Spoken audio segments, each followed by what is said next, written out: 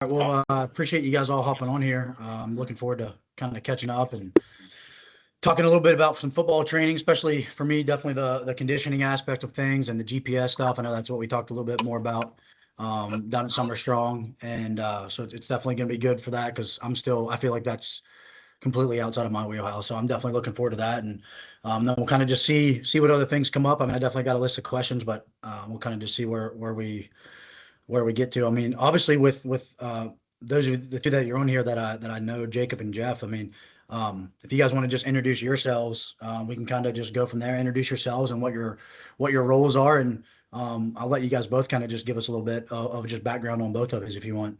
Yes, sir. Awesome. I appreciate you, Coach. So I'm Jacob Byron. I'm the head assistant strength and conditioning coach here at Georgia Southern University. Right now, my roles kind of consist of I'm like internship coordinator here. I handle the on-field programming, our catapult system. Those are my primary big responsibilities. I mean, obviously day-to-day stuff, but yeah, that's kind of what I handle here right now. I'm Jeff Marx. Kind of starting out through my career, I interned at the University of Pittsburgh with the football team for a summer. Did a mentorship in a private gym facility, and then got this opportunity after my playing days, a D2 football at Slippery Rock University. Came down here as a GA, was a GA for a year and a half. Got the opportunity last year to come on full time as the bottom assistant, and I've now made myself to the middle position here at Georgia Southern. And some of the things that I do here is I implement the Olympic block stuff that we do. So all Olympic lifts, I program those out. I handle return to play. I handle the perch, and I handle all the developmental programming. I gotcha. Coach Marks, do you know Frank Cremonese? I do not, Coach. Where's Okay. he at now? So the reason I ask is we actually interviewed him a couple weeks ago. He's at Upper St. Clair High School up in PA, up in Ohio, or up in Pittsburgh, but he played Okay. at Slippery Rock. He'd be older than you. He's probably in his, I think What he's year did four. you graduate? I graduated in 21. Oh yeah, he played in like the 90s. Yeah, yeah, yeah. Older guy. Yeah, Yeah. I just didn't know if you knew of him just because he's big in like the high school strength and You conditioning know world. I what? mean, That staff has been there for 20 years. They probably know who he oh, I'm is. sure they know him. Yeah, yeah. Yeah. He was there a while back, but he's one of those guys that like he's a great guy. Every time I talk to him, like I said, he was one of those guys that when I kind of started doing these coaching calls, like he's somebody that I've had on my list since I've been doing it and just finally been able Yeah. to get to chat with him. But no, and I don't want to derail the conversation too much, but I think there is something. Coach Mhm. Byron, where did you play D1 or did you play D2? What's your playing and then your coaching career? Man, I mean, how much time do we got here? I got a long story here. So, As long as you want, man. um, I love hearing stories. so I mean, really, I guess coaching started like long ago, like when I was in the military. So I was in the Marine Corps for 4 years, and that's where I kind of like found the gym and like started like working with some people. I like kind of did some first training. I did a little bit of our training when I was at Second Maintenance Battalion there, and kind of handled some of our training when um, we were just at the barracks and stuff like that. You know, running, conditioning, strength training, stuff like that. That's kind of where it all started. Um, got done with that, went back to college, and I went and actually played at a D3 school called Buffalo State, and I played for a semester there. Transferred to University of Buffalo, D1 school up in Buffalo, and I played 3 years there. I played tight end and offensive line when I was there, and then from there, I kind of just I got out. I got out of coaching. I did a whole slew of different jobs. I was a dog walker. I was selling dental implants. I worked at a bank. I did all kinds of things, and then I'd gotten a personal training certification, and I was like doing just some like free programs for some of my friends and family and stuff like that, and they really liked it, and it helped me learn a lot. Just not charging anything, just doing it for free. And then I got into Olympic lifting and CrossFit for a while. I really liked the Olympic lifting stuff, so I kind of like put a lot of focus into that. And then from there, I was working at the bank. I knew like I didn't want to do that anymore, so I went back for my master's degree. And then that's where I was at the gym that I was kind of training at the time. and I ran into a coach, Connor McNally, who was at Buffalo. And it's a funny story because he was an intern when I was playing at Buffalo, and then come full circle. Now he's an assistant at Buffalo, and he pretty much like recruited me, like got my phone number from a mutual friend and was like, hey, you're going to come intern with us. Like, you're going to do this. And I was like, all right, cool. So I ended up interning there for a year. And like, I mean, within the first couple of months, that whole staff got a job at Kansas. So they all left and went to Kansas, and we got a whole new staff. So I kind of worked for a year. And then after that, I got hired into an assistant role. And I was there for 2 years at Buffalo. And then last January, Coach Heiss, who I worked with at Buffalo, he called me up and asked me if I want to be his head assistant down here at Georgia Southern. I said, absolutely. And here we are. No, honestly, that's really cool. I'm glad I definitely asked that, because I love hearing stories that are like different, because I think, I don't know why this seems to be the case, but I think there's a lot of times where like these, especially like freshmen, sophomores in college, like they just think they're going to get their degree and then somebody's just going to hand them like, a job where they're making like 100K as a strength coach. And like, that's very rare if at all ever happens. And I think it's cool to hear people's stories, like different avenues of getting to the same destination is really cool. And honestly, anybody that goes from the D3 to the D1 football level in terms of playing is probably a completely like mind-blowing experience, especially going from the Marine Corps and then almost going, I guess, down to D3 and then back up in terms of just lifestyle and resources and things like that, to the D1 level was pretty crazy. Where was the D3 at? Buff State? Where's that at? Yeah, that's in Buffalo as well. So that's okay. Yeah, it was all up in Buffalo because I'm from Rochester originally. So I got in the Marine Corps, moved back home for like, I moved back home in probably December, and it just took me until August, and I was like, I got to get out and do something. So I went back to college, and that's where I went and played. I got you. You mentioned being a dog walker. I feel like that probably maybe trained you to be a college strength coach more than anything, like controlling 3 or 4 dogs at the same time. Like it's like herding cats sometimes. So I feel like a dog walker is kind of like somewhere in between. So man, I'm telling you, I was hustling, man. I was just trying to make it work because I was like I was done with football. So I was like, well, what the heck am I going to do? I got to make money. So I got on like the app Rover, and I'm telling you, I'd be driving all around Buffalo. Like I was walking like 7 dogs a day, just running around trying to find people like walking dogs. It was crazy, but yeah, it was so worth it.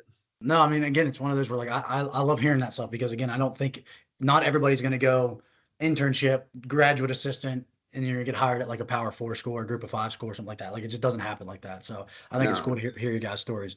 And people don't hear all like the stuff like where it's like people are like, oh man, it's like hard to be an intern. I'm like, yeah, I know. I was going for a master's program, interning, studying for my CS, and working at a pizza shop. Like, I mean, it's a grind, man. If you want to do it, you got to make it happen one way or another. Agree. So I agree. Yeah, I don't ever really feel bad. Like I do, like my GAs, like they're supposed to work 20 hours a week, and I try to keep them around that. And obviously I give them some stuff they can do on their own on the weekends and things like that, just to help us, behind the scenes stuff. But it's like, I don't really feel bad for you if you're like, if you can't manage that. Cause if you can't manage that, then you're not gonna be able to manage being like an actual real full-time strength coach. Like you're just not like, there's so much shit that goes into this. And I was actually talking to my wife about that the other day because of her job. She doesn't ever really have to do anything at home. And I'm like, literally 50% of our job as a strength coach, especially the head strength coach, is like preparation. Like I'm doing more behind the scenes shit than I am actually like coaching, like, which I like both of it, but it's one of those things where it's definitely something that people don't realize is that you're spending a lot of time just looking at whether it's GPS data, working at force plate metrics, whatever it is. Like you're doing a lot of stuff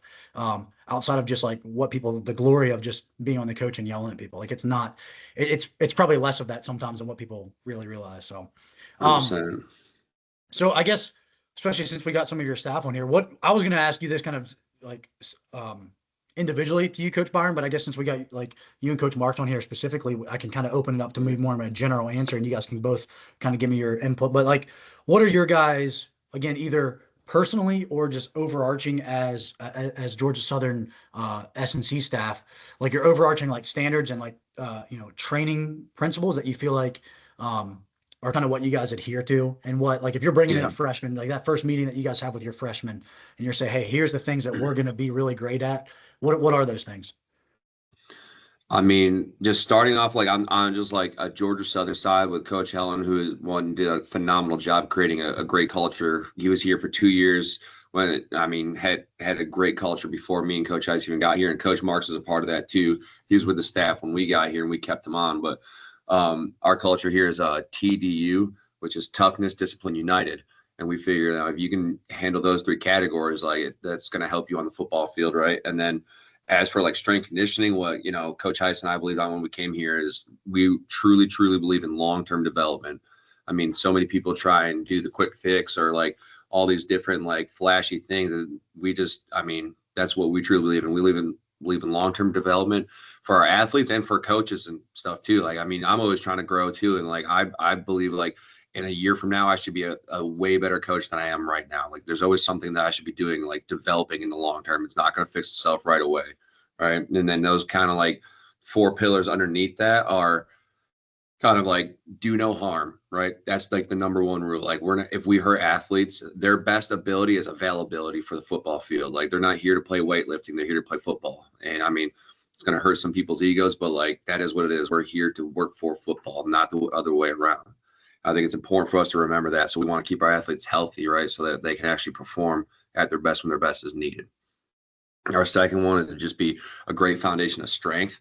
I mean, without a great foundation of strength, you can't do the things that we're asking you to do. You have to be able to hold a great like body positions and technique and be able to execute, right? Just by having a great base of strength. And we're going to sprint fast. We do a lot of field work, and we know that you need to sprint in football, and that's what we can concentrate on, right? So you got to be able to sprint fast. So we are going to sprint fast when we train, and then be explosive, right? So, I mean, obviously you have to be explosive to play sport. And those are kind of like our big pillars that we kind of like, you know, use to like train our guys. And I mean, I truly wholeheartedly believe in all of those. And like one of my biggest things that I believe in is just, I'm just a big hard work guy. I love hard work. I love people that like hard work and just put your nose down and go. I mean, there's a lot to say about someone who's just going to go out there and just work as hard as they can, no matter whether they're going to be first, last, whatever, just work as hard as you can. Yeah, I think going off of what Coach Byron said, the most important thing when a freshman comes in is like realizing you're not going to move the earth in 2 months. You got 2 months before they're prepared for, you know, football camp. And what can you really do in that 8-week period is take care of their shoulders, take care of their neck, take care of their joints, right? And prepare them for the impact of the game, right? Which you can get some solid strength work in there. But what the overarching thing is movement is king. And that's what we wholeheartedly believe in, is if you don't have movement competency in the weight room, then we really don't have a good foundation for that really big block of training that is the season. And the foundation is laid in this 8 weeks. We prepare you well enough to go attack football camp, but really that training block for 3 or 4 months in ATS training and developmental training is our biggest block of the year. So we have to get you ready for that, most importantly. Yeah, no, I think that's awesome. And that's something, I guess, I don't know if people are getting away from it, if we just don't hear it as much anymore. Like, it is just the idea of that long-term athletic development. I think sometimes it's one of those, especially now with how like transactional the especially the group of 4 kind of world has gotten with, I mean, I'm sure it's hitting you guys just as hard, if not worse, because of just how transactional those relationships are. Like you're basically 40 guys are leaving at the end of every season, and 40 new guys are coming in at the end. And not, now it's not even at the end of the season. Now it's at the end of the fall and at the end of the spring, and then sometimes even midsummer. Like guys are just basically, they're free for all in terms of when they're staying. So I think that's something, like as a strength coach, it can almost be hard, because you're like, well, why am I worried about this guy in 4 years? Because he's probably not going to be here in 4 years. And I think that's probably an easy mentality to take, but it's not the best mentality. Like you guys got to, you know, in my opinion, that's the right way to approach it. Of like, hey, we're going to treat this guy like he's going to be here for the next 4, maybe even 5 years, and we're going to develop him over the long haul. Because if you skip steps, like you said, if you're not laying the foundation, if you're skipping steps and you're adding, not having very high quality, like movement quality and movement competency, then regardless of whether that kid's wearing your guy's jersey in 4 years or whether he's wearing some other team's jersey in 4 years, you guys still are doing your part to set him up for success. So I think that's definitely an awesome thing to hear. I do want to come back to like the speed development stuff. And I think that'll tie into some of the GPS and some of the conditioning and stuff as well. And then the other thing that, again, I think we all kind of forget is like the Hippocratic oath of do no harm. That's something that you don't hear very often. And both of my guys that are on here have been through my internship program, and we talk about that of like, I tell them all the time, and I kind of like, I guess I ask it kind of like a backwards way. But I always say, hey, what's the most important number in the weight room? And they're always, your squat number, your sprint number, your vertical jump number, whatever. And I'm like, no, it's number 0. It's 0 weight room injuries. Like that's the thing that we want to have. So I think that's something that's awesome to hear, because again, I think that sometimes that it overlooks. And again, you're not going to prevent everything. Like there is going to be times where guys pull a hammy doing speed development. There is going to be a time. We had a freshman 2 years ago, just an absolute, again, it's still my fault, but the kid's just an absolute idiot. And we were deadlifting and he literally just dropped the bar, let it bounce once, and then it bounced again onto his foot. And it's just like, at some point, like I can't fix stupid. And, yeah. And the thing about it is the kids like that, like he literally was not on the team after that semester anyway. So it's one of those where it's like, not that I want him to, he didn't break his foot luckily, but not that I want that kid to hurt, but it's one of those where sometimes you can't prevent all bonehead stuff. But at the end of the day, when we're writing our programs, when we're coaching it from a do no harm standpoint first. I love that. So, and then I do want to touch on the neck and shoulders, because again, that's something that we've done a good job with our neck training. I think like we haven't had a lot of neck issues. We haven't had a lot of concussions, but we definitely have had some shoulders, some labrums. And I think part of that's just the sport itself, but I just want to pick your guys' brain. I want to come back to it here in a second, but I want to pick your guys' brain on maybe some things that I'm overlooking in terms of preventative things that we can try to do. But just to kind of like take it back a little bit, can you kind of just bring us up to speed on what your schedule has been basically since the end of spring ball to now, in terms of how many days a week the guys are training, how many days a week are they running? I know they're getting time with the sport coaches as well. And then basically what these next, like you said, next 8 weeks look like schedule wise. We don't have to get into like the nuts and bolts yet. I want to get on just think big picture and just think schedule. But basically, essentially, what is your summer, and then what does this next phase getting into fall camp? What does that look like schedule wise?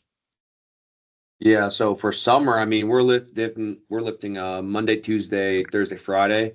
We got recovery on Wednesday, and then we have PRPs on Monday and Thursday. So that's kind of where that is. The big thing that's been great for us is like those PRPs is all run by the coaches and stuff like that. Obviously, well, not the coaches, the players. Sorry, like they get their script and they run it, but the biggest thing that's been good for us is those have kind of turned into more of an open field format. So they're not really PRPs. The guys will just like get their own script and they'll kind of just go out there, and like it's not as intensive as a PRP. It's more just an open field, like, hey, let's work on some skills that we need, which has been great for us because now we can hammer down on like the change of direction stuff, the conditioning, and like the different types of tempos and things like that we want to hit. But that's kind of where our schedule is now. As of going into camp, in August, we'll probably do 2 lifts a week. I mean, they'll be practicing pretty much every day. I think we go on like a 5-day block, and then we get a break, and then it's like another 5-day block of practices. But yeah, I mean, we'll get 2 lifts a week, and they'll be, full body lifts, and it'll just be hitting the main things that, are bothering guys in camp, which are always like ankles, groins, shoulders, necks, like and low backs, like just trying to keep those things healthy throughout camp. It's a big maintenance time for us. Then when we get into season, we'll have 2 lifts a week for our travel our travel guys, and then our developmental guys, they'll get 3 lifts a week, and that'll just be like we'll have a Sunday, we'll have lift, and then we'll have like Wednesday we'll have lift for them, and then our developmental guys will also lift on Friday while the other guys are traveling or getting ready for the game. Okay. No, that sounds very similar to this. Is the first year that we've done like a 4-day lifting split. Usually I used to do 3 days, and then I used to go Monday, Wednesday, Friday, and then run like conditioning on Tuesday, Thursdays. But it was something that our leadership council and our coaching staff kind of brought that to me and were like, hey, is there any way we can go 4-day split? And I'm like, I personally wasn't used, like I didn't used to really be a fan of it, but honestly, I think it's actually really worked out really well for us, just getting guys more time, just spending more time in the gym, and kind of really gives us more time to just work on the basics. Like now we're cleaning, we're basically doing power cleans twice a week now because we're doing it on Thursdays and Fridays. So it's like one of those things where I like that idea of getting to do similar, if not the same movements, more exposure throughout the week. So it's been a really good thing for us over the summer. You mentioned like the player ran practices. So you guys are allowed to be involved with that, but the head, like the actual sport coaches are not, correct? Correct. Yeah, they're not allowed to be on the field. So like they'll get their script, and we're out there for just like safety reasons, make sure like nothing crazy happens. But I mean, it's nothing crazy. It essentially just be like some indie and then some like skelly and some team, just run plays, things like that. I mean, nothing too crazy. And then the open fields, like I said, that's really just mostly indie work. Yeah. I utilize that time for return to play as well, so we don't Yeah. have to knock that out in the sessions. Yeah, that makes sense. Well, what I was going to ask, the reason I wanted to know that is, so then how do you, like, I guess maybe can you lay out like what your, out of those 4 days, like so far over the summer, how do you lay out like which days are your like linear speed development, your multi-directional Mhm. agility days, and then which days are kind of turned into like more conditioning? And then is that all based around that, obviously I know you're only doing the player-led 2 days out of the week, but then what do the other 2 days look like? Are you doing that before lift? Are you doing it as a separate session? Basically just kind of like, now let's hone in a little bit on those 4 summer training sessions and kind of what exactly that looks like from the S&C side. Right. So, I mean, for us, I mean, obviously, like I said before, we work for football. So, I mean, we're going to adjust off them and like we have to adjust to make sure that the guys are healthy for football. So, we adjust our running schedule based on the PRPs. But kind of like our general baseline is like, so Monday we had the PRPs, so we'll do our upper body lift day that day, and then Tuesday is when we'll do our max velocity sprint day. So it's like linear max velocity stuff, and we'll do our plyos and our med ball stuff that day. Um, and then on Wednesday's recovery, Thursday's another PRP. So that's like usually upper body dynamic effort. Correct me if I'm wrong, Coach Mark. I think that's their dynamic effort upper body day. Yes, sir. Yeah, and then so that Tuesday is like a dynamic effort lower body day, and then Friday would be our an acceleration day and kind of change of direction day, because those are very similar to me in my mind. Is like if you're changing direction, you need to be able to reaccelerate at that direction you're trying to move. So that's kind of our heavy lower day, and then our acceleration / change of direction type day. I got you. No, that makes sense. So you're kind of doing, you said Tuesday is more of like a dynamic effort, and then for lower body, Max velocity sprinting. Yep. Thursday's a little bit more dynamic effort for upper body then. Okay, that makes sense. Yep. And then that was something else that I feel like maybe I wasn't doing as well of a job is the like more of the decel work. So one thing that I like with the 4 day split now is, we still do our max velocity day, we still have an acceleration day, but our 2 change of direction days, I'm doing like a 10-yard dash, but we're making them break down like at the 12-yard line. So we're kind of measuring. It's one thing to measure your 10 yards where you don't have to worry about stopping, but now we're also timing with the timing gates. We're timing their 10-yard acceleration, but also then they have to break down at the 12-yard line. So it's really interesting to see which guys are not only have great speed, but also the ability to slow down quickly and Yeah. break down. And then we're doing some also like some change of direction stuff with the timing gates too, which we've never really done in the past. So I like that too, where we're basically sprinting 10 yards, turning around and sprinting back, and kind of measuring how far are you getting basically from point A to point B and back to point A. How quickly can you do that and change direction? And I like it because it allows me to get a little more technical with some of the change of direction work, where I've never really had the time before to do that. I didn't have time to teach them how to like lower their center of gravity, change their shin angles, that kind of stuff. So I kind of like the ability to do that. Question for you real quick. Yeah. So when you started that decel, where did that start in your progression? Like, did you elongate that decel after a 10-yard dash, or did you, start it right away? Like, I'm 10-yard dash and I'm decelling right away. So we've always been doing the acceleration stuff, so the guys knew that. So honestly, as soon as we started the summer, I basically was like, hey, we're gonna start. We're gonna basically break down at the 12-yard line, and so they're accelerating. Technically, they're not really accelerating for the entire 10 yards, because they're probably going to start slowing down and changing their body angle at like 8-9 yard line, something like that. Which again, you see the guys that are really good at it, they can stay in a forward acceleration angle like longer, because they're better at braking and changing their shin angles back to the wake. Like they can do that on a dime. They can sit down and Whereas guys that are a little bit less, have less strength, less power, less eccentric strength, takes them a little bit longer. So they got to start kind of braking longer. But no, we basically went at the beginning of the summer. We went right to it, and we're just doing 10 yards, and then we started backing them up to 15 yards. Okay. And then the next block we'll probably go 20 yards. We're on our last week of our second summer block. So we get into this third summer block, we'll probably go back to 20 yards and basically do the same thing. The other way that I kind of progressed it was the first couple weeks, it was like sprint forward and break down like parallel with the position, like in the same direction that you're facing. And then what I did was I added in a like basically what I call a cut, which is a decel, but you're turning and you're finishing at 90-degree angle of what you're facing right now. So like essentially, like if I were to like run like a straight, lateral stop. Yeah, instead of stopping with my feet like this, I stop with my feet like that. And we basically did it each direction for 2 reps each side. And again, we're keeping the dosage low. We're doing essentially six reps or less pretty much every Yeah, time. that's awesome, man. I So like that's kind that. of what I we did. like And honestly, that. like I really like it and the guys like it. And the guys, one thing that I really like about it is they learn really quickly. Even today we did today was a multi-directional day. So we do like a 5 yard shuffle in and a 5 yard shuffle back through the timing gates.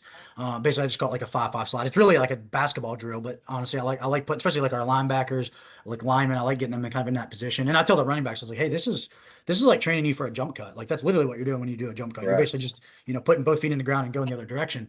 Um, 100%. but what I like about it is it really shows that the guys can start to feel when they're not getting like their shin angles the right way. Like if they get to this position and they have to take like an extra step or two past the cone, they're like, oh shit, I didn't like shift my center of mass to that inside foot. I didn't change my shin angles and put more weight back towards the direction that I want to go. So it's one of those where like it almost has helped me coach better because of the fact that the guys are feeling it and watching each other like fail and fix their technique and things like that. So it's something that I kind of look at it and I'm like, man, why the heck have I not been doing this the whole time? Like I have these timing gates and all we've ever measured is 10-yard dashes and 10-yard flies. Like why have we not been doing more agility work and Mhm. stuff with it? So especially with a small group. Now, if I had the entire team here right now, if I had 100 guys with I only have one set of timing gates, I probably wouldn't be able to do it like this. But with us only having 8 to 15 guys here on a regular basis, like it makes it pretty easy to do. And like I said, we still compete, we still record and kind of have like I don't post it in the group chat as much because not everybody's here, but it's still something that we're keeping track of it. And the guys are kind of seeing it. Last week I did my 10-yard decel was a 148. Now it's a 1338 or whatever it is. Like they're still keeping track of that stuff, just to kind of keep the accountability and the competitive nature with it. But I got you. so for you guys, looking at your max velo days, what can you kind of just like walk us through? Obviously, you go through your dynamic warm up and stuff, and then what does that kind of look like? Are you going like a technical period with it, like working on like mechanics? Are you going just straight to fly 10s, 40-yard dashes? Like what kind of testing thing are you doing, and what's like the technical model look like? So our warm up, we have actually two separate warm ups. So we have one that's like kind of like an upper body emphasis, and then one that's like a lower body emphasis. And on the lower body emphasis day, we have two menus that we kind of pull from. One is for max velocity sprinting, and one is for acceleration. So like on the max velocity sprinting, it'll be like we'll do the rudiment series, or like do some ankle dribbles, calf dribbles, dribble bleeds. We'll do some like straight leg ankling to bounding, like things like that, like straight leg bounding, I should say. And then, just trying to like get them to understand producing force and body position through the right way. And we always do that, like warm up right into that, and they stay right in their warm up lines to do that. And then for the acceleration stuff, like I started implementing more of the A switch, the A series this year, and that's helped out a lot. And then we do a lot of obviously bounding, jump for height, things like that, like really producing that force and figuring out which angle I'm supposed to be in. That's kind of where we are for our warm-ups, and that's been really great for us too. So, I mean, we really like our warm-ups. We haven't changed them that much since we got here. I mean, we just added some things, changed some other things out that we think is good for that time. Like sometimes we'll do a movement and we're like, well, we're not getting the most out of this movement. Let's change it out for something else, and we'll do that. But and as for like the max velocity sprinting days, so like that's kind of like right now, at least for in the summer, is like Coach Marx kind of he programmed our plyometrics and our med ball series. So we'll split our groups into two groups because we're offense defense right now. So we'll split them into two groups. He'll take one group and they'll do their med ball throws and their jumps and things like that, depending on what it is. And then I'll take the other group and we've been doing contrast sprints. So we've been doing, chain sprints with some like contrast sprints with that. And then on the other day, like actually after that, we'll do some just like I do some high speed accumulation. So I'll do some like curve sprints or some like slalom sprints based on just whatever, because I got to get them ready for camp. So I'm just trying to get yards on their legs at max speed so that we can actually keep our hamstrings healthy and get them ready for the demands that are coming. And then on the Fridays when we do our acceleration stuff, that's where we do what I call like the grid system. It's just kind of like a system that I saw at a conference, and I just changed it and implemented it into like what I believe we need for change of direction. Because to me, whenever you're playing football or really any sport, I should say, you're never just like, to me, it's like whenever I see coaches like doing like, oh, shuffle, shuffle, or like, backpedal and this and that, it's like really, if you ever think about it, like you ever see someone play football, they're only doing a couple shuffles and they're like re-accelerating in a different direction. So the grid system was like this thing that I kind of like evolved into where it is now. And it's just like a moving through space. And like, I do exactly like what you said, as I teach them the two rules you need to always remember are you need to drop your center of mass and you need to point your shins the way you want to go.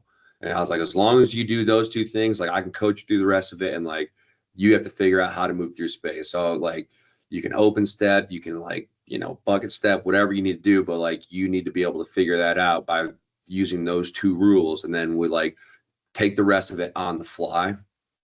So that's where like one group will do that. And then the other group will go down with coaches and do some like contrast bounds. So they'll like be bounding or marching depending on what group they're in and where they are in their, athletic career. Some guys will do march, they need to get more strength, or some guys will bound because they need to learn to produce force, and then they'll do like an acceleration right after that. And then we come back together and we'll do some other acceleration stuff with them. We'll do some like competition 10s or something, just like get them, race each other, get up right going. I definitely want to come back to the grid because I want to kind of dig into that just a little bit deeper. And I know you talked to me about it down at Summer Strong. Yeah. I'm not going to pretend that I remember everything that you said, so I definitely want to come back No, to that. it's fine. But I wanted to ask about the chain sprints, the contrast sprints. Are you guys doing, like how are you guys changing the load at all with that? Are you looking at like guys, like you said, guys that maybe need to work on like just putting more force into the ground, you're loading the sled up a little bit more versus guys that are already high force producing guys, you're going lighter? Like how are you kind of mixing that in? And then are you going like two reps resisted and then 1 rep unresisted, or like a regular sprint with that? I guess basically just kind of elaborate on that just quickly. Yeah. So, I mean, right now we have 2 groups. I mean, on the field, we figure that's kind of like where our team is. And it's like a more advanced group or guys who are, strong enough or have a more playing time under their belt. So they're pretty advanced in their career versus like some freshmen and stuff that guys just need more development. So honestly, what I do for the chain sprints is the guys that need more development, I put 2 chains on them. So it's actually more weight. So they have to like hold those positions and they have a shorter distance. So they'll run with the chains, drop them, and they go over to like another like lane. So we have like chain lane and then like sprint lane, and they'll do a fly in. So it's like they'll have like a 15-yard fly and hold it for 5. And then based on the type of week, so we kind of program off the system. So we have different weeks. So it's either like a 19, a 27, 22, or 32% week. And based on whatever week that is, depends on how much yardage they're going to get. So if it's a 32 week, they're probably going to do like 3 chain sprints and 3 accelerations, or it's not accelerations, 3 fly-ins, right? And that fly-in might be a 20-yard fly-in and a 10-yard hold, right? And then vice versa, like if it's a 19 week, it might be like you got 2 chain sprints and like 1 fly-in, and it might be 10 and 5, right? And then with the lighter chains, those guys will go farther. They'll go like 25 yards with the chain, but it'll just be 1 chain. Right. And then they'll go down and do their sprints. And the same thing with the prowlers when we're doing accelerations, like those guys who are in the older training age, like I want them to produce as much force as they can. So their prowler will be lighter so they can move it better and they'll go farther. And then vice versa, the younger guys, that'll be more weight and they'll be marching with it, trying to like get strong in those positions, kind of really just getting an extra strength movement out of them. And then it'll just be accelerations. And what we've done this year, which helped us a lot, is instead of giving yardages and stuff like that, when guys are like looking at a yardage, whatever, sometimes they pull up or they're not sure or whatever, we've been giving them steps. So it's like, hey, I need you to give me the 5 best most explosive acceleration steps you could possibly give me. And then each week I'll just add more steps. It'll be like 5 steps the first week, 6 steps, 7 steps. And then sometimes it's like, hey, if it's a 19% week, hey, it's 5 steps, you got 2 reps, right? And it's a 32% week, it might be like 6 steps, but you got 3 reps, right? So it just depends on what that week is and what the prescription is and how many yards we need to get, really. Yeah, I think that makes sense actually with the step tracking.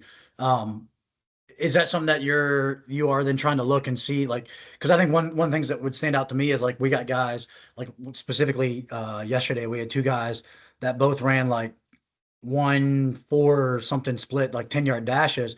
And one guy did it in probably, one guy's a running back, just big jacked running back that we got. And he did it in probably 4 steps versus then we have a Yeah. DB.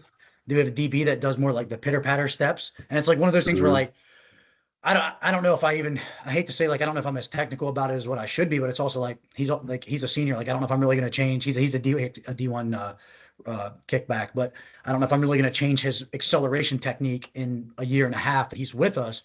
So is it Right. one of those things where like if that athlete, if you saw that athlete and you said, hey, you only got 5 steps, and he was only at the 7-yard line versus the other guy's already at the 10-yard line, is that something that you're using to also then coach them up a little bit and help them understand how important it is to like push and spend more time like kind of pushing as they accelerate versus just popping straight up and starting to like cycle the legs? Because that's something that for him I think it would help him, but again it's one of those where I'm like the dude's already really fast and he's going into his last year, and I've had a year to work with him, and like it's not, yeah, half of that year's been in season, so it's one of those where like again I hate to say that I haven't tried to coach him up on it, but it's one of those where I almost don't Right. know when somebody's 21 years old already, like, are you really going to influence their Mhm. acceleration mechanics in, a year of training sessions? So I guess my question is, do you feel like this by measuring steps versus measuring distance or time or measuring time is helping the guys be better about pushing like down and back into the ground with their acceleration mechanics? I think so. And I think that's why the biggest thing that we switched to it for, because like when I said a yardage, like the guys weren't thinking as much like, oh, like I can use less steps to get here. So not being as efficient. Now, when I tell them, I'm like, it should take you like 5 to 6 steps, you should be able to cover like 10 yards, right? Depending on your position. Some guys can, like you said, they can do it in 4 steps.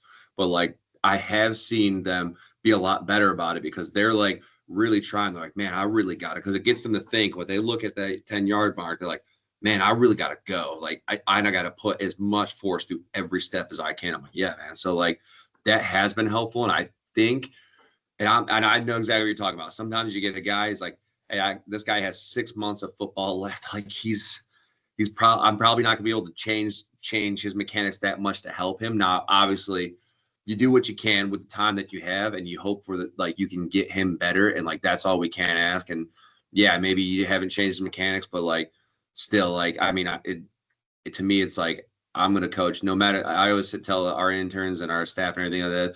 I said, I don't know who's walking in, but I'm gonna coach everyone exactly the same. So like whether they get it or not, hopefully they do, and hopefully they can help us win some football games. Yeah, well, and that's the thing. He's literally one of our best players, and he's one of those where he also just, I Yeah, think on Monday he also ran. He might have hit an all-time PR in his 30-yard, his like fly 30-yard fly 10. He I want to say he hit. I don't know, Josh. You were. I don't know if Josh has his mic on, but I think he hit almost 22 miles an hour for the first time ever, which for our level, there like you go. that's pretty solid for our level That's for a big DB. time. I mean, that's at So any level. You're speeding now. yeah. So I mean, yeah, it's one of those things where it is interesting to look at that because like obviously there's like the Altus and the Exos, like perfect, here's what you're supposed to look like when you sprint, when you accelerate. But Yeah. it's one of those where like I've found that we have guys that find like a path to be able to make that happen regardless. Like I said, the running back that we had, he's a 22 mile an hour sprinter like almost every day of the week. He's the fastest kid on our team. Mhm. And he's very traditional powerlifting, very traditional, like powerful track looking athlete. Like when he sprints Yeah. versus this other DB, he looks like a cartoon. He looks like Bugs Bunny or like Donald Duck running across the TV. Like when he Yeah. runs, he's just stands straight up and just pitter patters, but it works. So it's one of those where it's like, I almost don't want to overcoach him and get him out of what he's already naturally developed. So I kind of like Right. debate with myself of whether I want to, when we do all the sprint drills, I expect him to do the drills like everybody else. But when it's time to just go and just play football or just move fast, I'm almost like, hey, just go do your thing, man, because that's what got you here. So, um, can you go and elaborate a little bit on the grid and just explain what, I don't know, maybe just give us an example of like what would be a couple of what it would look like, how you set it up, how you would be kind of Yeah. taking us through that. Okay. So, like I said, this is like I'm very open about it. I'm not the smartest guy out there, so I take my ideas from the smartest people out there. So, the grid is something I saw at a conference, and I think I saw it, and I was like, "Wow, that's an incredible system." And I thought to myself, I was like, "That the way he's running it isn't the way that I can use it for my athletes. But what can I do for my athletes?" So, I essentially wanted to use it for change of direction. So, I put 9 cones out. They're all 4 yards apart. So it's like you got cone, cone, cone, cone, cone, cone, and it's in just like a box, and then there's one cone in the middle, right? So they'll start there, and I tested this like over and over again all last season with like my interns, and I'd pull some athletes in and just like talk to them and have them run through it just to kind of figure out what the kind of stresses that they can like handle. So I figured out like the most instructions that they can all handle, that anyone can really handle without kind of messing it up, is like 3 directions. So like now I give them the direction, then they have to process it and like understand it. So I'll tell them like, all right, everything you do, your chest is facing straight ahead. So like the movements that you can do is like obviously straight ahead. You can do a lateral run. You can do a diagonal run to a different cone, right? You got to think about like a grid. So you can go straight ahead, lateral run, diagonal run, and you can even do like a back pedal, or you can do an open run, you know, where your chest is facing straight ahead, but you're open running, you know, like maybe you're a DB and you're trying to track a ball or something, right?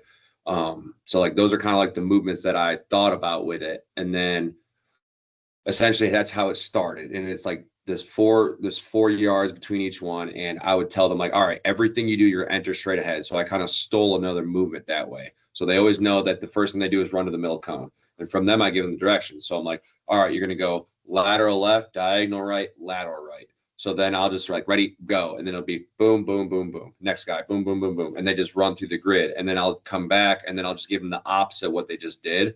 So 1, they already kind of know it. And 2, they have done it both ways. And again, it's like I tell them, you got to figure it out by dropping your weight and pointing your shins where you want to go. So that's kind of where it all started. And we did that for in the winter. And then what I did is like I started adding in different kind of position specific movements. Like I'd have the O-line, all right, you got skip pull to like diagonal run, lateral run, right? Or like D-line, like you got like something like, hey, you're getting reach block, diagonal run, retrace type thing. Yeah. So we had that. And then I took all the cones away. So now it's like you got 2 cones, but like it's just like a start cone for you. And essentially it's like, all right, I'm going through these cones, but like, well, sorry, no cones, but I'm going through space, but you're going to hear the directions now. So now I'll give you like, hey, you're going to go lateral run, diagonal run, lateral run left. Like it'll be lateral left, diagonal right, diagonal left. So now you're moving through that space. And I just tell them like, it's 3 hard steps. So boom, boom, boom, boom, boom, boom, boom, boom, boom, right? And then to add the next element, like I'd put a coach at the end and it'd be reactive. So if you're offense, a coach is going to step down and you're going to try and make a move and make a missed tackle. So now like running backs do jump cuts, receivers try and like, you know, juke out, whatever. And then defense, like you're trying to close space. You're trying to suck the air out and like make the tackle. So now I've got a coach there trying to be the ball running. You're trying to close the space out under control. So you kind of got a long stride and a short stride and then be able to close that space and make the tackle. And like, are you in a good position to make the tackle? And that's where I bring the athletes in and I'm like, coach each other up. Like, this is for you guys to get each other better. Like, did that guy make the tackle? Was he in a good body position? Did he have near leg, near shoulder? You know, all those things. So we got to that. And then now I kind of brought us full like into where we are now. So now it's kind of like I call it a fill and react drill. And it's like, I have a guy on one side and a guy on the other side. So this guy is probably like 10 yards and there's 2 little gates. So it's like this guy runs 10 yards and this guy's probably got like 15, 20 yards to run. So this guy's got to kind of like, he settles like in the middle and then that guy can like make, I make it's like, hey, you got 1 cut. So he can like go and then cut back the other way. And this guy's got to kind of go react off him and like do a tag off. Or if you're an offender, like I'll have you like get in a good position to make a block, right? You got to be on the, if you're on the edge, you got to block for a screen, right? So getting in good body positions and teaching them how to change direction and track people now. And then from there, it's like, all right, now I give you 2 cuts. Okay, so I cut, you know, I can do a couple different cuts, try and like fake them out. And like, are you under control while you're doing this? So it's, again, going back to like the long stride, short stride. And I actually did forget. So like I did bring it back. So like when we were in the winter, I did one that was the boxes were all 4 yards apart. And then I did one that you had a big box. So you had to actually long stride into short stride. So it was the same thing, 9 cones, but your first cones were all 10 yards. And then your next cones were 3 yards. So it was like, you got a long stride and then you're going to short stride under control into that area. And that's kind of like the grid system in a really long explanation of where it was and kind of where it is now. And I have more ideas of like where I want it to go, but I got to play with those all season to try and figure out how they're going to look. But yeah, no, I think that's awesome. And I think I think that's something that you're seeing a little bit more now of like, and I know I do a lot of like the 8 vector system that like the coaches at Elon were doing a couple of years back. I kind of stole it from them. Mm-hmm. But making it more reactive too. Like I think that's something that has probably been the missing piece, like at least since I've been paying attention to this stuff. The missing piece with like the football prep is, you can do your 3 cone shuttles, you can do your 5-10, your pro agilities and all that. Even you can do your 10-yard acceleration with a decel, but if you're not actually having to react to somebody, you're probably still not doing it at the exact same intensity as what the game is going to require you to do it at. So I think that's something that's huge, and I love the idea of having them do that, like kind of progressing them through it. First, it's like, hey, the route that you're gonna have to take. Then we're gonna add a little bit of chaos and variability to it, and then now we're gonna throw another person out there that you're gonna have to react to and make a play. Because again, at the end of the day, like, and that's something where like, I think you look at like the players. I'm sure you guys have it too. Like we'll have guys that maybe aren't always the fastest. Like their 40-yard dash time is not the fast, or their 10-yard dash, their 30-yard flies, their pro agility is not that fast. But because they're on the field, they're so much more instinctual, and they're so much more like their ability to react and make a play is better than the guys that might have more physical tools in them. You're like, how can this guy play? But then it's because of that. It's because of their ability to like make decisions in like an open world, reactive decisions in a real world situation, in a real game situation. So I think that's kind of for sure like an awesome thing to hear, because that's something that, again, I don't think I did as well when I first got to Fairmont. Now we're definitely doing a lot more of that. That kind of brings me to, and I know we're getting a little close on time here, so I don't want to go too much over an hour. But are you guys doing anything else? Because I know this is kind of like the buzzword, and I definitely think it's something that is important. But are you guys doing anything like in terms of like other collision prep? I know you guys talked about some of the neck training and shoulders and stuff like that. But are you guys doing anything like any type of wrestling or tug of war or tumbling or anything like that to kind of get these guys like ready to go for just like the idea of having to hit the ground and hit other human beings? Not really, but there's something I'm sorry, Coach Byron. No, you go ahead, Coach. You got it. So one thing that we believe in, so we don't do any collision prep type stuff, but something we really believe in is our Olympic work, taking care of that for the guys. Because we snatch, we split jerk, we push jerk, we snatch pull, and it's like, how do we build a base for our neck and shoulders, and how better can you prepare your shoulders and neck for the game than those high intensity, high, velocity trainings than Olympic lifting, right? And we're building a base for your neck and your shoulders, and we're taking care of that in a reasonable manner in the weight room. Now, we've never done anything on the field, but I'm definitely interested to learn more about if you guys do it. Honestly, the closest thing we get to on the field is the stuff that I started doing with our guys in recovery. I forgot who it was. I saw some stuff on Instagram, and like they started having their guys like do some like somersaults, and I've kind of like took some stuff that we used to do in the military, just like somersaults to stand and like, moving somersaults and like shoulder rolling and stuff like that. And I mean, to me, it's just like, again, I'm a big believer in like movement is medicine. And if you're going to be moving through different planes, like you're gonna be doing all this stuff. And the thing I love about it is like, I'll have those guys do like somersault to stands or like bear runs, like you're on all four and you're just like running as fast as you can on, all fours and stuff like that. And like one, the guys love it. And two, like I tell them like, hey, you gotta be able to take it seriously. Then they'll come back to me and show me like videos like, oh, coach, look, like this is like the bear run. This guy, like, he almost got cut, but he like, dove over him and then he like got on all fours and ran up and made the tackle. I'm like, yeah, man, like I'm just doing it in a controlled environment. But really it's like also the typical recovery stuff gets so stale. So I just want to change things up for them. So that's the closest we get to like contact prep, really. No, I think that is contact. I think both of what you guys said is contact prep. I mean, we probably do a little bit more. Like, I came from a wrestling background, and so I love like teaching these guys how to like get underhooks and pummel each other and move each other around and kind of fight for space and things like that. So I love that kind of stuff with our guys. And we'll do like some like kind of one-on-one like tug of war type deals. We definitely do all the traditional like cartwheels and front rolls and back rolls and things like that. And I literally, after the first year doing it, I had the same thing where one of our running backs was running down the sideline and got tripped up, and instead of him like falling basically right on his neck, he like shoulder rolled, and he literally that next week he brought his phone into me and was like, dude, watch this. He's like, this is literally the front rolls, because we'll do it to where we'll teach him like how to just do it like almost like you're in elementary school, and that like phys ed gym class thing where you're just teaching somebody how to do tuck your chin, head on the ground, roll it'd be over. a basic little front roll. But then what we do is we'll start doing it where guys are like getting a couple steps, then they're getting a running start. We've had guys jump over like a little hurdle to then just to teach them how to impact the ground.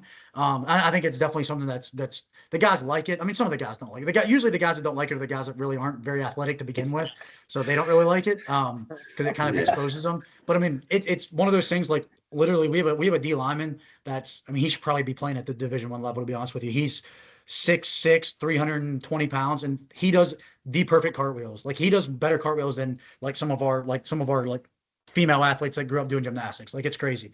But going back to what you said, Coach Marks, like I agree. Like I think there's always room for the stuff that we do like on the field and before like conditioning. But I think in the weight room, I think a lot of your collision prep starts in the weight room because again, your neck training, anything for your upper back, anything for your trunk. And I tell our guys all the time, like anytime we're doing like an anti-rotation or a side plank, I'm like, guys, this is breaking a tackle, this is making a tackle, this is like holding a block, this is getting off a block. Like if you don't have the strong enough trunk and upper back to be able to do those things, like you're not gonna succeed. And but with the Olympic lifts, like you're literally colliding with a barbell, especially if you catch a clean. Like that's always what's crazy to me is like when people don't. They're violent movements, man. Yeah, when people don't have their athletes catch their cleans. Like I understand if you got an athlete with an injury, a wrist injury or a shoulder injury, or you're deep in the season or something like that. But it's one of those where like, man, catching a barbell either in a snatch position, a jerk position, or a front rack position, like that is a collision with the barbell and with earth. Yeah. Like you're literally your feet are colliding with the ground, and the bar's colliding with your upper body. So I love to hear that. I love to hear that. So, and that's one of those things like I know there's obviously a lot of this kind of going around too, where coaches talk about like not teaching the Olympic lifts and yada, yada, yada. And I get that they are complex and all that. I don't necessarily think that they are everything. Like, I don't think they solve all of our problems, but there's so much stuff that I do think they do check off. And I think, again, it's one of those where that's probably our first layer of collision prep in the weight room is getting your trunk stronger and doing your Olympic lifts. Like, so I agree with you. It's good to hear that you guys are kind of thinking the same things. Yes. So, kind of just to get into the catapult stuff, the GPS stuff, because again, this is something where, thankfully Tyler, my former GA that's on here, being able to kind of put some of our stuff together for us this year and kind of built me a platform that we're going to use moving forward. And then Josh kind of coming in behind him, like, I guess kind of just really give us kind of your overview, Coach Byron, of what you're looking at, like what metrics are maybe the most important, what you're taking to your head S&C coach, what you're taking to your trainers, what you're taking to your sport coach, what are the metrics that kind of stand out, and then we'll kind of see where that makes my thought process go, I guess. Yeah. So, and this is the first thing that I say, and I'm honestly, I have to say, I am incredibly fortunate to work for the staff that I work for because they give me like every week I will go to the head coach, Coach Hell, and I give him the reports and the weekly reports, and we go everything. And I go talk to him after every single practice. We talk about. He asked me straight up, "Hey, Coach, what does tomorrow's practice need to look like?" And I'll give him like a number and some times, like, "Hey, Coach, we need this for player load, and we need this for time." And then he says, "Okay," and he tries his best to get there. And as we know, football coaches, they get really excited and they want to stay out there for a long time. But Coach Helen does an incredible job of like sticking to our plan and making our guys feel great on game day. So I'm very fortunate because that is not everywhere. But like the metrics that I use, I got my report pulled up right now, so I can actually just talk right about it. But I mean, I kind of break it down and I start by like putting key metrics on top. Sorry to interrupt. Would you be willing to would you be willing to screen share? Like you can just kind of walk us through it if that's all right. I don't have it on the same. I have it on my other computer. So, okay. That's fine then. Yep. Unfortunately, I can't screen share it, but yeah. No, that's good. Fine. But yeah, so essentially, it's like the catapult report up top is just essentially it's got the team metrics that like we kind of like view as the important ones. So we got time on there. So like that's how long the time we're on the field, right? Because the more time on the field, the more load on the body, right? And so then the next one is player load, and that's how I explain that to the coaches is like, this is the amount of work they're doing, right? But again, I tell them like, you can't look at just one metric. It's all the metrics together, because if you get stuck on one metric, it's going to make things look skewed, right? So like player load, it tells me what work they're doing, but it doesn't tell me if they're hauling dirt or diamonds. It could be good work or bad, like not bad work, but it could be high intensity work or low intensity work. So the next thing is high speed yards, right? What are our average high speed yards for the practice? And then what is our intensity for the practice, which is like our explosive efforts and our like IMAs. So that's like accelerating really hard or decelerating really hard, things like that. Okay. And then like I break it down from there, and I break it down per period. So what were our periods were the longest, which ones were, had the most intensity, and which ones had the most high speed yards. And then after that, I go into positional metrics. So then we look at it by position, like, okay, these are the position groups and this is what they hit. So on that one, I have the player load, the average player load for per position. I have the player load per minute. So that's how much a player load they accumulate per minute, right? And then I have their average distance. So like how many yards they traveled. It doesn't tell me like what speeds or anything, just the yards. And then it's their how many high speed yards. So any yards they traveled at 75% of their max velocity or more. And then I have explosive efforts, which is like we talked about, it's IMAs and accelerations, decels, things like that. And the next page is the one that goes to individual metrics. So I break it down per like position, and then it'll be all the DBs and their average, then all the D line and their averages. And essentially, it's the same kind of metrics, but I add a couple more so you can get an idea of who's doing what kind of work.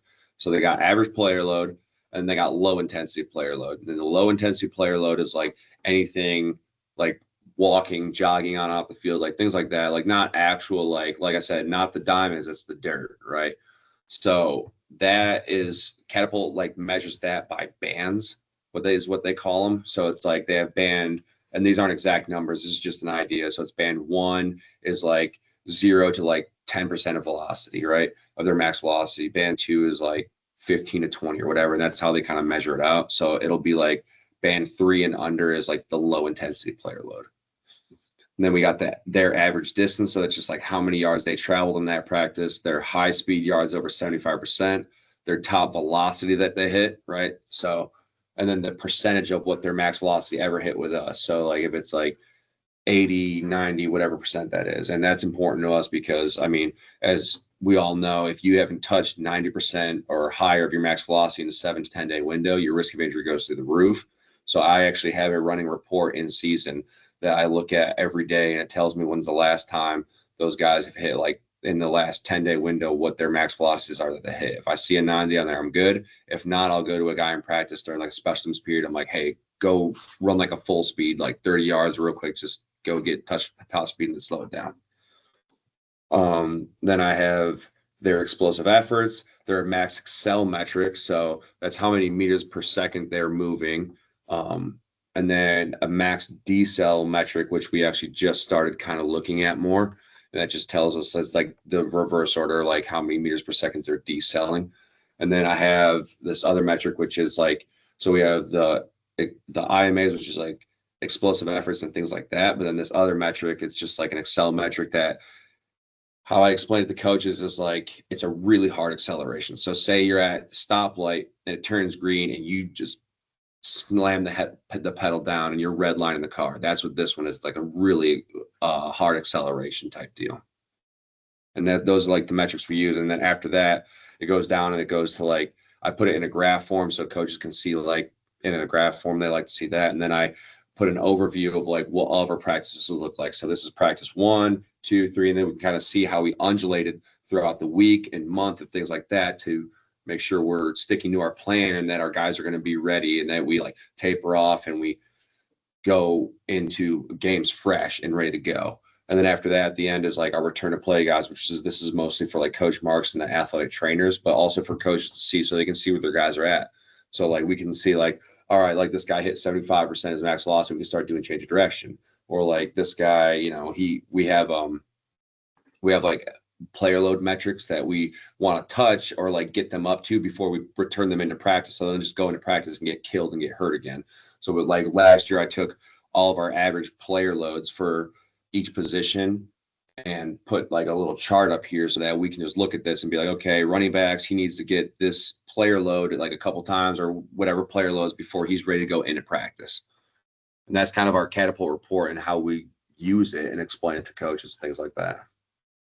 Yeah, I think that's very, very helpful. I have a lot of questions. I'm trying to think how the best way to go about it. So, and I think that's something that I probably messed up on last year, and we kind of Probably need to go back to the way that we were kind of looking more like the individual player. But again, we only have 22 or 25 units. We can't afford to have enough for the whole team. So it's one of those when we're looking at like individual players and we're kind of comparing them to their position group. It's not always the best because like it might be like 3 DBs and 3 running backs that have the metrics, the markers on. So now that we have at least last year's data and some of the spring ball data, now it might be a little bit more reliable data. But I think I like the idea of starting with the team and kind of being like, all right, here's big picture. Here's what practice looked like. And that's something that we weren't able to really do last year. And I definitely want to be better about that this year. And then kind of looking at it more like kind of working your way down to the individual level.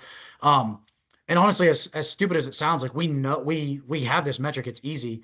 I will say though, before our football coaches kind of ran this, so like there'd be times where they would start the GPS system like an hour before practice even starts. So like the first hour is like wasted time. But as stupid as it sounds, like we weren't really looking at time. But time is definitely a factor that we need to probably have as a report on there because it's one of those where like that's going to affect everything that's anything that's per minute, right? If you have an hour and a 2-hour practice versus an hour and 40-minute practice, and those two practices are the exact same, like in terms of everything that you got done is the exact same.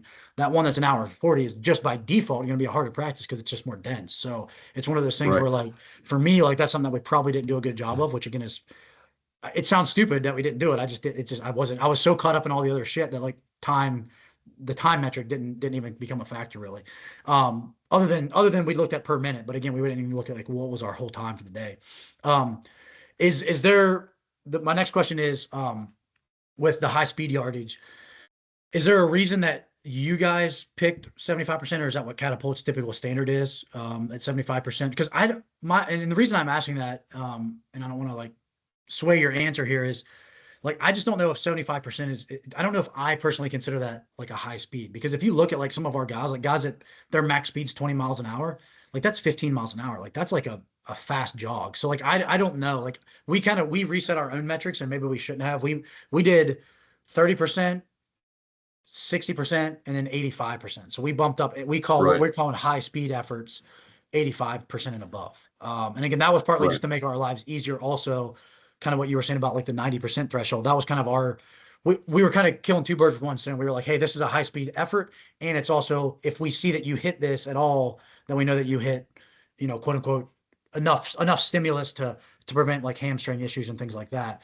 And maybe I'm wrong in thinking like that. What's kind of your thought on the 75% mark? I mean, so that is kind of like a standard metric that Catapult has in there. But to me, it's like, I look at it and it's like, it is a high speed yard. Now, when you get to 90 and above, those are like max speed and like sprint yards to me. Like, cause I battled the same thing a lot. I kept thinking, I was like, man, is 75 even that fast? Like, I mean, like people can hit 75, like not moving that fast, but the stress and the hamstrings and stuff is still, to me, it's like, if you're at 75%, you're still getting stress and you're still getting yards that we want to hit. Now I did adjust some of those for a while, but then I kind of realized like, well, I used these metrics all last year, so I can't just start changing things now because then all my data from before is kind of negated, right? So I kind of just stuck with it. And it's been good for us. Like, I mean, our guys, like it's been a good marker for us and the 75% and above. And I do think that it makes sense. At first, I was kind of the same too. I was like, I don't know, it might not be fast enough, but I mean, when they're in practice, it's like the guys that are hitting those, like, I mean, our O-linemen will get like, our O-linemen and D-linemen get like almost no high speed yards in practice because they just have no space to move, right? But like our receivers and stuff, like they'll get decent high speed yards even just with the 75%. And like, I mean, they're running go routes, they're running whatever, but like it had turned out better than I thought it would be. And then it wasn't like, oh my gosh, like we're getting way too many yards. So, I mean, and that's also due to like you said, I mean, we're fortunate enough. Well, like last year we only had 24 units and we just got 24 more units. So now we have 48 total, which is great. It's phenomenal. And what has been a huge help for us now is like, I've gone all winter, all spring, all summer of like rotating those units between all the guys because I want to have good top speed metrics for everyone. Mostly, I mean, one, so I can actually get accurate data, but two, for me, it's mostly for return to play purposes. Like if someone does get hurt, now I can use that top speed as like a marker. Like, okay, well, I don't know if like before, if like I didn't know if he actually hit a 75% because we never ran a true top speed. Right. But now I have all that. So it's like, did he run a true top speed? Well, I know if he did or didn't because we have those markers now. And that was the big thing for me. And that's why it took like a lot of time to make sure we could rotate them through all of our groups in our sprint sessions and stuff in the summer, winter, and spring. But yeah, that's kind of a roundabout way of answering your questions. That like the 75% ended up being a lot better for me than I thought because I was in the same thought process as you before.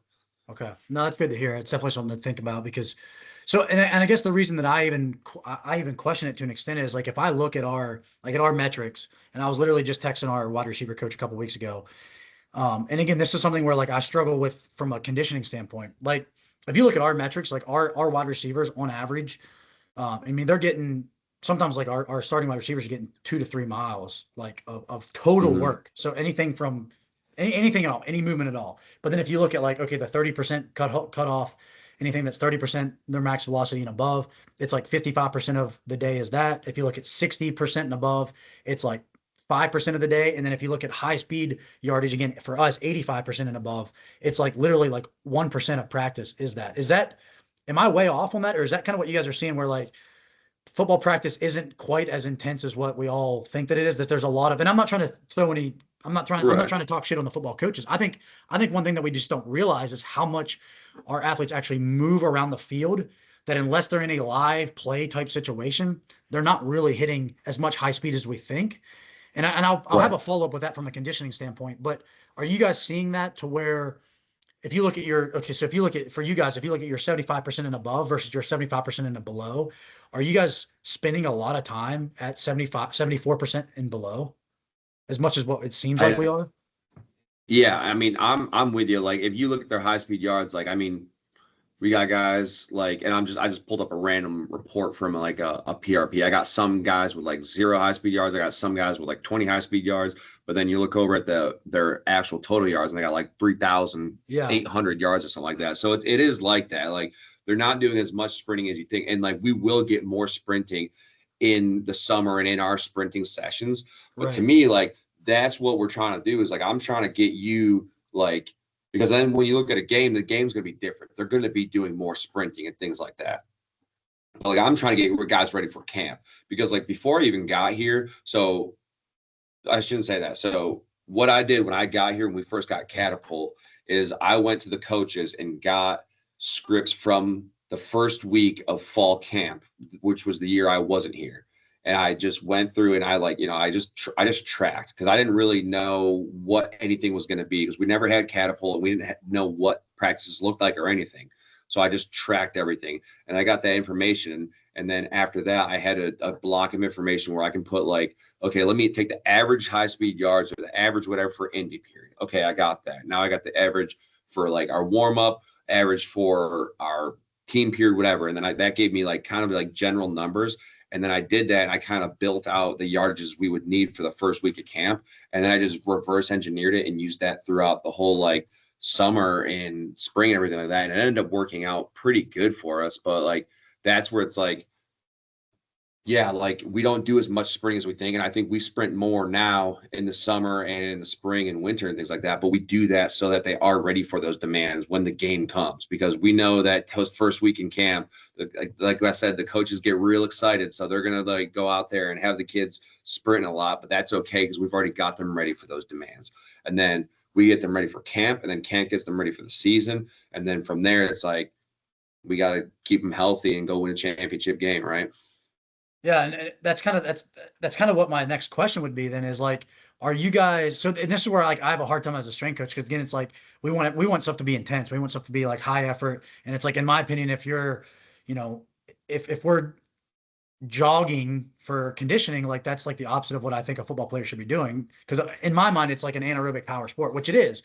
But one of the things that I guess that I'm seeing now is like, hey, we're not necessarily, and I was telling Josh this like last week or so. I think to an extent over the summer, what I'm realizing now is like looking at how much total yardage our guys go through, especially the not high speed yards. Like I think we can easily get the high speed yard exposures for them over the summer. Like we do 6 sprints. Like that's pretty much all the high speed yards they're going to get almost in a whole week. Like in 6:30. Right. Like if we do 4 10-yard dashes and 4 10-yard flies, like, or 4 30-yard sprints. Like that's 160, 180 yards, something like that. So we're going to be getting that. That's almost more high speed yards in one day of training of speed and of our speed days than what they're going to get throughout an entire week. And maybe it may be about what some of our best guys get like in a game. Maybe they might not even hit 100 yards sometimes in a game.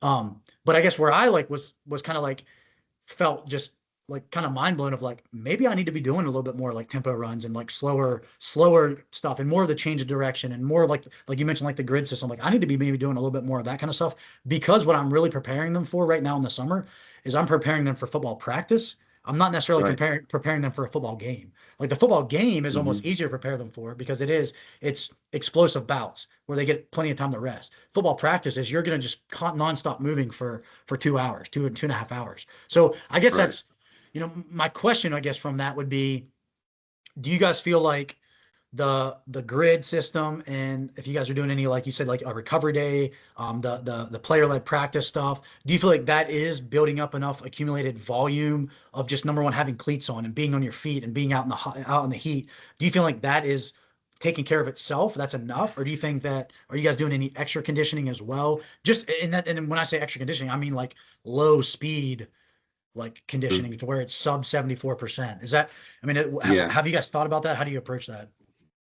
Yeah, so with the PRPs, we actually stopped doing tempo conditioning and stuff like that. Like on the Monday and the Thursday, we'd warm up, go in the weight room, because I mean the PRPs and the practices were taking care of it. I mean, I can't ask them to do much more when they're already running all the conditioning and stuff in practice. I mean, what better way to condition for your sport by doing the sport, right? Yeah, exactly. So then now that those PRPs have turned into the open fields, like I was talking about, they've become a lot less stressful and stuff like that. So now we've gone back to doing like linear tempos and decel tempos and change of direction tempos and things like that. So we're just trying to like keep the capacity and build the capacity, because like you said, they're going to be on the feet a lot in camp and they're going to be practicing a lot. So that's the main thing that I look at it as. Like I kind of built a metric out in Catapult. I mean, I probably annoyed my Catapult reps so much by asking him all these questions, but shout out Irv. He did a great job, like being patient with me and teaching me how to do this stuff. But I pretty much made my own metric where it was like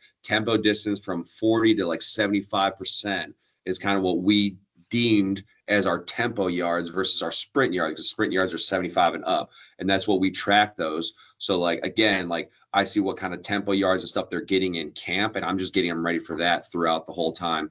And then, like I said before, is like, we'll undulate those yardages for our 32% week. It's going to be a lot more tempo yards and a lot more sprint yards. But like at 19% week, the guys will be like, oh, that's it. I'm like, yeah, man. I mean, that's what we needed today. We hit the markers. We're ready to go.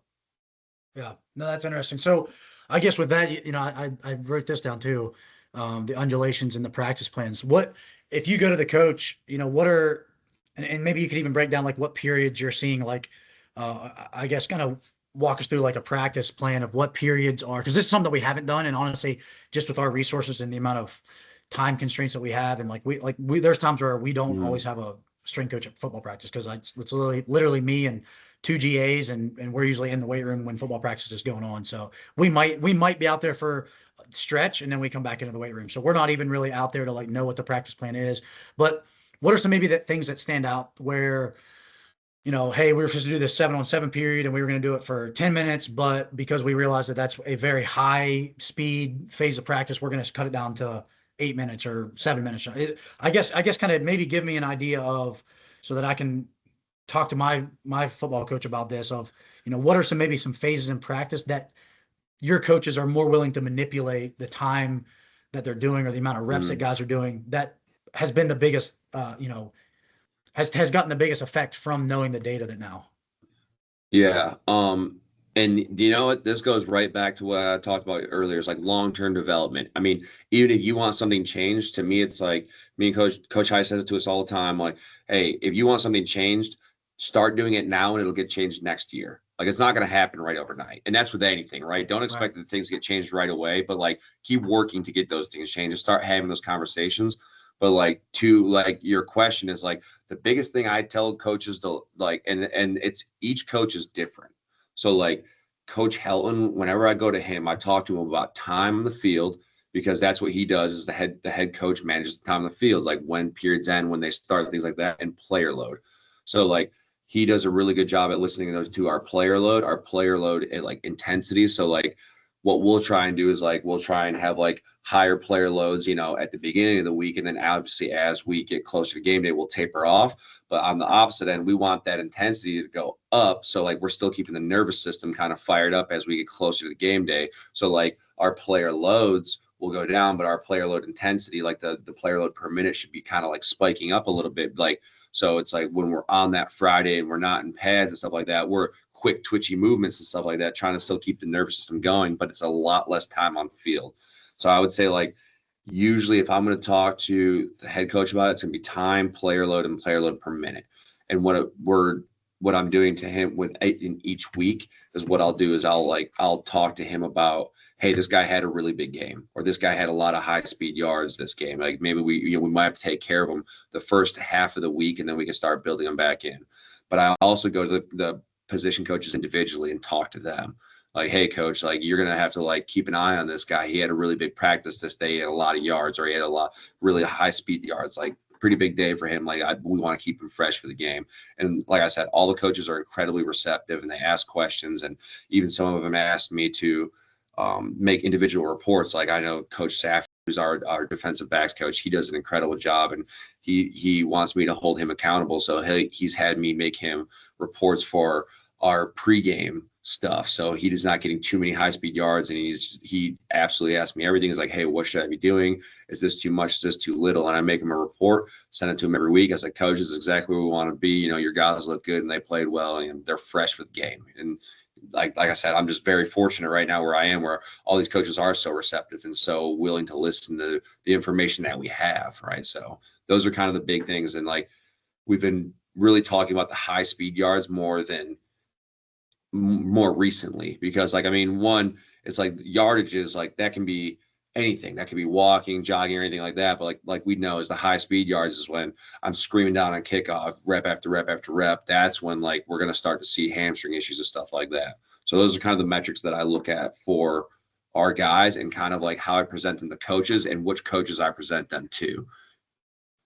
No, that makes sense. It definitely helps. And like, I do think our staff is pretty receptive. I mean, our head coach is the one that he's the one that really wanted, again, for a Division II, especially in our, like where we're located in our conference and stuff, for Division II, like if we're Valdosta State, like they probably have GPS, but like for us to be where we're at and have GPS for our guys, like our head coach is definitely invested in this. So it's one of those things where like, if I go to him and I'm having a conversation, I can back it up with the data that he's paying for us to analyze, then I think they're going to be definitely receptive of it. But it's one of those where it's and I think one of the other things that I kind of found too is, and this is going back to me, like making changes, is I would have used to been like, hey, as long as we're doing 40-yard dashes and we're doing pro agility and we're doing our 10-yard dashes, then we're doing enough. We're getting enough high speed yardage. But again, going back to what I was saying, like, I don't know though, if I was setting our guys up with enough like sub high speed yardage throughout the summer, right, for the demands of fall camp. Because again, what we're going to see is that 90% of practice is happening at 74% efforts or speeds or less. So it's one of those things for me. I'm like, I look back at that as like, that's less of a learning curve for the coach, for the football coaches. That's more of a learning curve for me of like, hey, like it is okay for these guys to do stuff that's not a max effort sprint. Like they actually need that. They're going to have to do things lower than max effort. So no, I think that's huge. Josh, Tyler, Brandon, Spencer, any of you guys got any questions or anything? Yeah, so when you look at your high speed yardages, something whenever I did my undergrad internship, something that really confused the coaches, whenever you're doing high speed yardages, whether you're setting it at 80% or 90%, they don't kind of cope with the fact that 75% of their distances don't need to be 90%, and they kind of see a player loafing if they don't have a certain amount of high speed efforts. Is that something you ever run into trouble with, or how do you explain to your coach that, let's say Joey, he's hitting the right amount of high speed efforts, it's not that he's loafing in practice? Yeah, I mean, that's a really good question, Josh. And like, what I did is, before I even started introducing coaches to high speed yards and stuff like that, is I took our data from last year. I took like one of our guys who was like a big receiver for us, made a lot of plays for us and things like that. And I I kind of like made just like a quick PowerPoint. And again, like I said, I'm very fortunate that Coach Helton gives me these opportunities to stand in front of the coaches and talk about these things. I said, I kind of just like made, I can't even remember exactly what the numbers were, but I just made like kind of like basic metrics. Like, hey, if a guy hits over 200 high-speed yards, they played pretty much a game, right? Like they played a game like that. And they're like, oh, wow, that's pretty intense. Cause like relating it to football is the best way that the coaches are going to understand it. Like, I know we're all probably big science nerds and we love the freaking numbers and like what all they like stand for and stuff like that. But like coaches, they're not interested in that. They're interested in like, hey, what's going to help my guys get better, right? And they're not interested in what can we do to win football games. And essentially we should be too. So like, I want to help the coaches understand. And that's what I was starting to do is like, all right, we'll say like, and these are not the exact numbers I use, but we'll say like 75 high speed yards. That's like they played a football game. So like, you know, kind of like keep an eye on this guy. If you got like 150 or more, like, hey, that's a red flag. Like we should be careful with him. Like it's like if he got like 30 high speed yards, like that's like a quarter of football or a half of football, something like that. So I kind of related it to them that way. And they really understood it that way. And that's where I saw them be like, oh, okay, like this guy should probably take it easy. Like he had a lot of high speed yards. Yeah, absolutely. And it's like, well, what was he doing?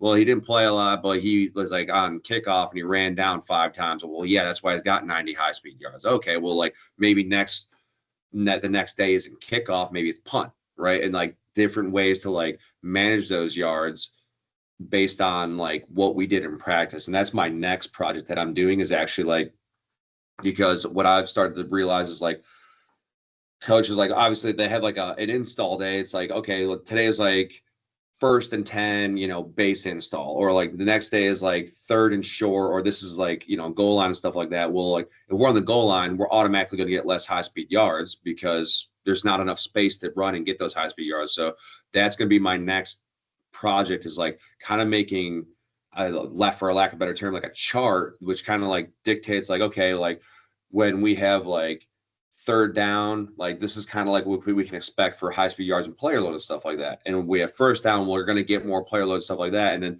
trying to use that to like help our coaches understand, like we can start placing these installs in better ways to make our guys more prepared for game day. Like maybe we don't do, you know, 1st down and stuff like closer to game day. That's got to go farther away from game day. So they're more prepared, but like 3rd down and stuff like that. Yeah. You're not going to get as much stress. So like, that's where I kind of want to go with those high speed yards and stuff like that. I don't know if that answered your question, Josh, but That was perfect.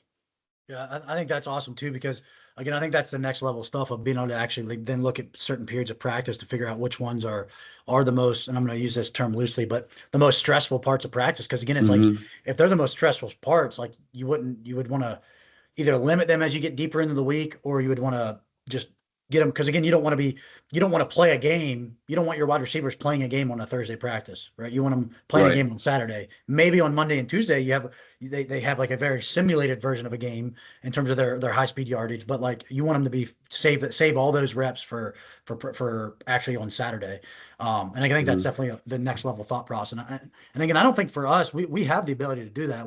It's just sitting down and getting a practice plan from the coaches and looking at that. And, you know, I always kind of joke. Obviously, I love 7-on-7 like when I played football, but I always kind of joke and say 7-on-7 is like fake football, because it's one of those things where like the quarterback can just stand back there, he doesn't have anybody rushing at him, like all this open space, there's no linemen, there's so it's one of those, like I look at 7-on-7 as like that's a great way to like, get some high speed yards and explosive efforts, but does that actually mimic like how often you really do that in a game? Like a 10-minute 7-on-7 segment, I'm just guessing, but a 10-minute 7-on-7 segment of practice, that might actually look like a full game sometimes for some of these wide receivers in DBs, because they're going to get, you know, twice as many reps back to back than what they normally would on an entire quarter, an entire half sometimes. So that'd be stuff for me that like definitely would be a very educational aspect for the coaches. And I think that's where you get a lot of buy-in. If you can show these coaches like, hey, this right here actually happened in practice, and here's the data that actually shows what you're doing. So it doesn't mean they're going to, like I said, doesn't mean they're going to change. It's just helping them understand what they're actually trying to get accomplished.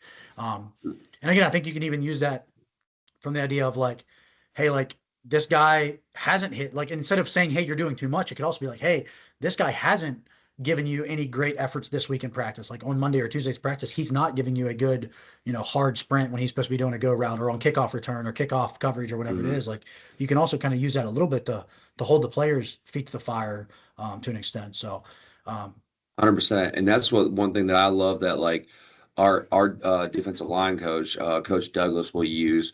He'll say like when he sees that like his D linemen don't have any like yards or anything, and he's like, well, you're not running the ball. Well, yeah, exactly. Like if you're just playing up, I'm just fit up. All right, ball's gone. Like no, like that's part of like football is like all players are at the ball, like run to the ball. So like that's how exactly like you just said, like now you can use that data to like get your players to like understand the game and like play the way they're supposed to play. Yeah, absolutely. Anybody else have any questions for Coach Byron or Coach Marks? I have a question for you. For me? Coach, yes. Okay. Coach Colbrig, right? Did Yes, I say sir. that right? Yep. So I read on your bio that you started in 2021 and you're the first director at that school. Yep. What did they have before you, and what was the first thing that you sat down and was like, I need this addressed? And then how did you look at their movement competencies? Because they didn't have one before you. How did you address all of that? So how much time do we have for that answer? So I think the biggest thing is, so I'm the first like head strength coach that works with all the teams. So prior to me being there, Fairmont State has had strength coaches, but typically they were either an assistant for football or they were just somebody who kind of was hired by the football coach, and they really only worried about football and maybe two or three other teams. It wasn't like when I got hired, we had guys on the baseball team, guys on the men's tennis team, most of our female athletes that had never even stepped foot in our weight room. So my first thing when I got hired, my first mission was we got to get every athlete in the weight room twice a week. So that was the biggest thing, is building a relationship with the coaches, with the sport coaches, building relationships with the athletes, making the weight room a very challenging place, but also very welcoming, and to where like, the athletes want to show up, making it enjoyable, making it competitive, but also fun at the same time and enjoyable. And also just, and this goes back to the movement competency thing of really showing the athletes that we really care about how they're doing stuff, and not just that they're in there just going through the motions, like making sure that we're coaching them and holding them accountable and doing it for the right reasons, and doing it because we want to help them be better athletes and be better, students and be better people as they move on. So I think that was a big thing of just really building the culture almost from the ground up, because it was either non-existent or it was bad for the teams that were in there. Because they were allowed to get away with doing, just bad technique, putting way too much weight on the bar. I probably spent my first year just butting heads with a lot of the male athletes of like, dude, like that you move that weight, but it looked like shit. Like take weight off the bar. Like, so I probably did a lot more of telling guys to take weight off the bar, and a lot more of just telling the girls, hey, you're actually way stronger than what you think you are, because they had never trained before. So it was kind of like, towing that line from both ends of it. So that was the biggest thing, is just really the cultural phase. And honestly, Tyler was kind of in that because he was on the baseball team prior to me being there. And then he was on the baseball team since I became the head strength coach. And even he'll tell you, guys on his team at first were like they used to be able to go and just do whatever they wanted. So just getting the athletes to be committed and be accountable, and getting the coaches to hold them accountable to getting them in the weight room 2 to 3 times a week was kind of my biggest battle. But honestly, it became a very easy battle once the athletes realized like how much we cared about them and getting them in there. Aside from that, a lot of it was just, we just did a lot of teaching. At our level specifically, we get a lot of athletes that have never touched weight in their life. We're not, even our football players sometimes come in either with bad habits or no training habits at all. So a lot of it's just very, very much just rudimentary teaching, and literally getting them good at, the basics, like squats, bench, deadlift, cleans, snatches, jerks. Like I spend 90% of our time teaching those exercises. So, no, that's a good question though. It's definitely something that it's definitely was a challenge, but it was honestly the best challenge I've ever had in my career. It made me absolutely a much better coach. Anybody else? Tyler, Brandon, you guys got anything? I'm all good. All right. Tyler, do you got anything to add to that? I don't know if you're able to talk or not, but I don't know if you have anything to add to that conversation about how the culture kind of shifted. No, I think you pretty much covered it. Just building the culture from the ground up was huge. Yeah. All right. Well, Coach Byron, Coach Marks, everybody else, I really appreciate you guys being on here. This was awesome. I'm definitely took a lot away.